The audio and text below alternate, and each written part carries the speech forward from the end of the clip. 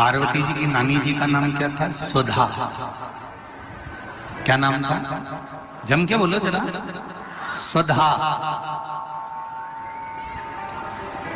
और ये कोई साधारण सी नानी नहीं है पार्वती जी की, और ना ये नाम कोई साधारण सा।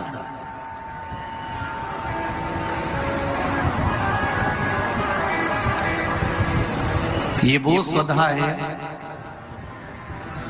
जो पितरों की धर्म पत्नी है, और पितरों की धर्म पत्नी है। यदि किसी के घर में पितृदोष होता है और ब्राह्मण ने कहा कि इनके यहाँ पितृदोष है, 1 रुपए कमाओ 1.25 रुपए खर्च वाला काम चलता है, जरा सा बर्तन गिरा उसके पीछे विवाद हो जाता है, पानी गिर गया उसके पीछे विवाद हो जाता है, छोटी छोटी बात में जिसके घर में जरा जरा सी बात में विवाद हो जाता हो, या 1 रुपए कमाओ 1.25 रुपए खर्च होता हो, या घर का एक व्यक्ति बीमार होता है, दूसरा ठीक होता है, तीसरा बीमार पड़ता है, चौथा ठीक होता है, 5वां बीमार पड़ता है, एक ना एक घर में बीमार चलते रहते हैं, या 1 रुपए कमाने पर सवाया खर्चा हो रहा हो, घर में 1 रुपया भी जुड़ नहीं रहा हो, आया और गया, आया और गया, या किसी न किसी बात में घर में क्लेश हो रहा हो, तो समझ लो कि ये 4 लक्षण पितृदोष के हैं। ये 4 लक्षण पितृदोष के बताए।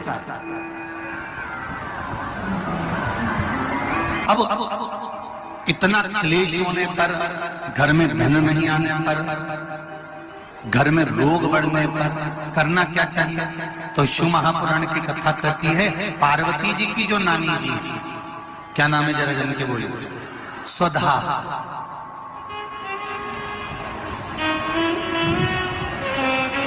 जो पितृलोक में रही और पितरों के साथ में रहने के बाद एक बार इनके मन में ये भाव प्रकट हो गया था कि मैं पितृलोक में तो रह रही हूँ, आपके साथ में रह रही हूँ, पर मेरा मन शंकर भगवान की आराधना में लगा रहता है। तो सुधा भगवान शिव की आराधना करने जब जाती थी तो पितृ उनकी आराधना के लिए संपूर्ण सामग्रियां सिद्ध कर देते थे, और संपूर्ण सामग्रियां सिद्ध कर सुधा को दे देते, और सुधा जाकर पितृलोक से जाकर भगवान शिव की आराधना। पहले की अगर आपने कथा सुन रखी होगी टीवी के माध्यम से, आस्था के माध्यम से, या फेसबुक यूट्यूब के माध्यम से, तो आपको कहा था शंकर भगवान को जल चढ़ाने से 3 दोष समाप्त हो जाते हैं। पहला पितृदोष, दूसरा कालसर्प दोष, और तीसरा वास्तु दोष।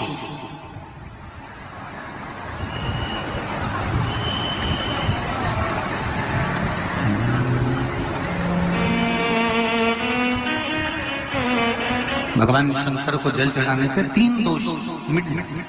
पहला है पितृदोष।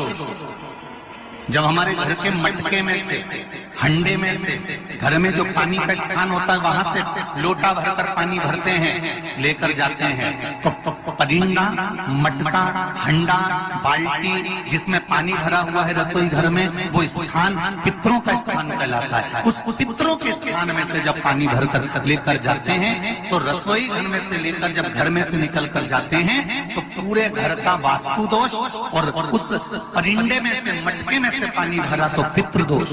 और ध्यान देना, इसको ले जाकर जब शंकर भगवान को समर्पित करते हैं, तो पितरों का दोष, वास्तु दोष और काल सर्प दोष, ये तीनों अपने आप समाप्त हो जाते हैं मात्र शंकर पर 1 लोटा जल समर्पित कर देने पर।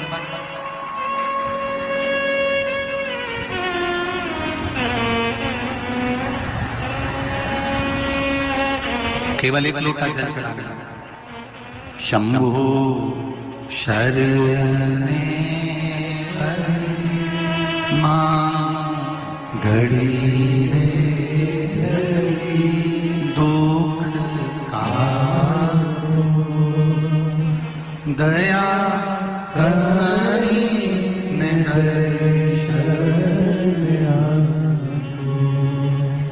दया करी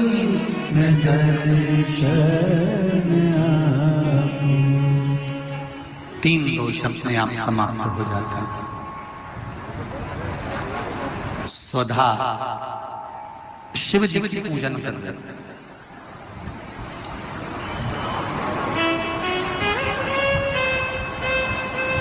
इतने में किसी ने आकर कह दिया, सुधा तुम्हारी जो लड़कियां हैं तीन, तुम्हारी जो पुत्रियां हैं तीन, मेना, धन्या, कला, ये तुम्हारी जो तीन पुत्रियां हैं, ये तीन पुत्रियों को श्राप लगा और संतों का श्राप लगा है कि इनको मृत्यु लोक में जाना पड़ेगा।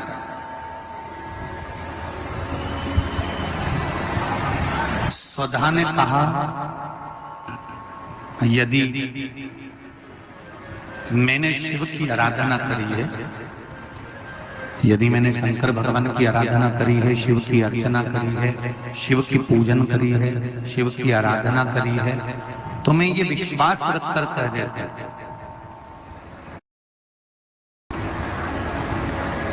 कि मेरी बेटियां अगर मृत्यु लोक में गई तो ये तीनों के गोद में स्वयं तीन देवियां ही आकर विराजमान होंगी, ये मेरा विश्वास करता है। आस और विश्वास ये दो हर किसी पर नहीं किया जाता। बोलो सही है कि गलत है? आस भी हर किसी से नहीं लगाई जाती, आस उसी से लगाई जाती है जो पूरा कर सकता है, और विश्वास भी उसी पर किया जाता है जो पूर्ण कर सकता है। इसीलिए आप लोगों से करबद्ध निवेदन है, दुनिया के लोगों से आस मत लगाकर बैठना कि हमारा लड़का बड़ा होगा, उसकी जब शादी करेंगे तो वहां से कन्यादान में 1 लाख रुपए मिल जाएगा, वहां से 2 लाख रुपए मिल जाएगा, वहां से टीवी मिल जाएगी, वहां से फ्रिज मिल जाएगा, वहां से ये सामान मिल जाएगा। बेटे की शादी करने पर बेटे के लिए ये विचार कर मत बैठना कि वहां से कुछ मिलेगा, बल्कि ये विचार कर रखना कि हे भोलेनाथ, मेरे लड़के की जब मैं शादी करूं तो मुझे इतना देना कि लड़की वालों का ठन्नी खर्च नहीं होने को पूरा मैं खर्च कर, इतना मुझे देना।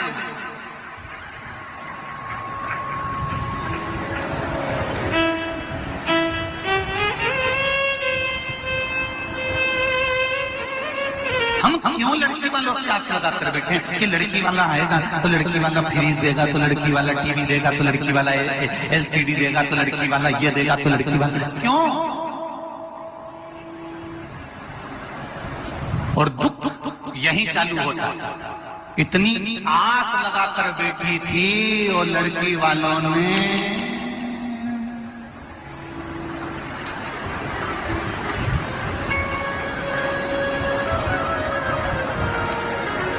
मंदिर में घंटी है, अरे बोलो तो जम के सबके मंदिर में है छोटी सी, और लड़की वालों ने वही गरुड़ घंटी पकड़ा दी। तो विचार करिए, फिर जब आस टूटती है ना तो घर में क्लेश होता है। आस जब टूटी ना, हम आ गए थे, बताओ, हम इतनी सास पिटारी आई, सास की अटैची आई, उसमें 2 साड़ी अच्छी रख देना थी, ऐसी बेकार साड़ी आस लगा के बैठी थी ना, टूट गई। पर हर पल, हर घड़ी, हर क्षण उसको 1 लोटा जल समर्पित करना मत भूलना, 1 लोटे जल की परिभाषा को जानना, और वो जाना। स्वधा ने तुरंत कह दिया, मेरी बेटियां अगर कुछ प्राप्त करेंगी तो शिव तत्व से प्राप्त करेंगी। मैंने अगर शंकर भगवान को 1 लोटा जल चढ़ाया है तो मेरी बेटियों को दुख नहीं झेलना पड़ेगा, ये मेरा विश्वास करता है। और वही हुआ। स्वधा की 3 बेटियां थी, मेना, धन्या और कला। मेना की गोद में पार्वती, धन्या की गोद में माता जानकी, और कला बनी कीर्ति, जिसकी गोद में राधा जी खेली हैं। ये कोई साधारण सी स्त्री?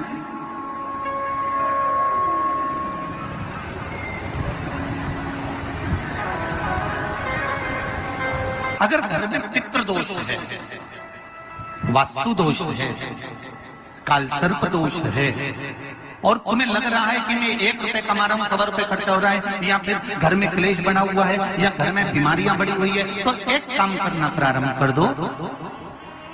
शिव जी के मंदिर में एकादशी के दिन जब आप जल शंकर को चढ़ाने तो रोज ही जाते हैं, जब एकादशी का दिन रहे और शंकर जी के मंदिर में आप जल समर्पित करें तो 3 बार मुख से स्वधा स्वधा स्वधा या स्वधा स्तोत्र का पाठ, जिसमें 12 श्लोक ब्रह्म वैवर्त पुराण के अंतर्गत प्रकृति खंड में ब्रह्मा जी द्वारा स्वधा स्तोत्र के पाठ का महत्व बताया। कोई कहे कि सियोर वाले महाराज ने ये स्वधा स्वधा स्वधा मंत्र कहां से दिया, तो आप उसको बता देना। ब्रह्म वैवर्त पुराण के प्रकृति खंड में से ब्रह्मा जी ने इस स्वधा स्तोत्र पाठ को प्रकट करा और स्वधा के मूल मंत्र का स्मरण कराया। इसमें 12 श्लोक हैं स्वधा स्तोत्र में। अगर स्वधा स्तोत्र नहीं पढ़ सकते तो 3 बार मुख से क्या बोलना है, जम के बोलो जरा, स्वधा स्वधा स्वधा।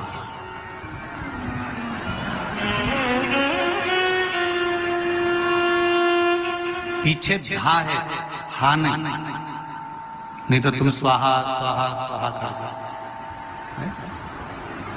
पीछे क्या है, धा, धनुष बल। फिर से एक बार बोलिए 3 बार, स्वधा स्वधा स्वधा। और एक बात और ध्यान दीजिएगा,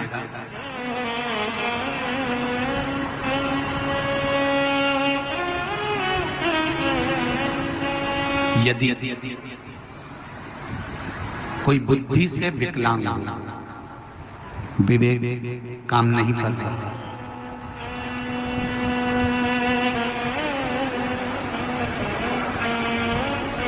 अगर विवेक काम नहीं कर रहा हो, माइंड से कोई कमजोर हो, तो जब स्वधा के नाम से आप शंकर भगवान को जल समर्पित करें,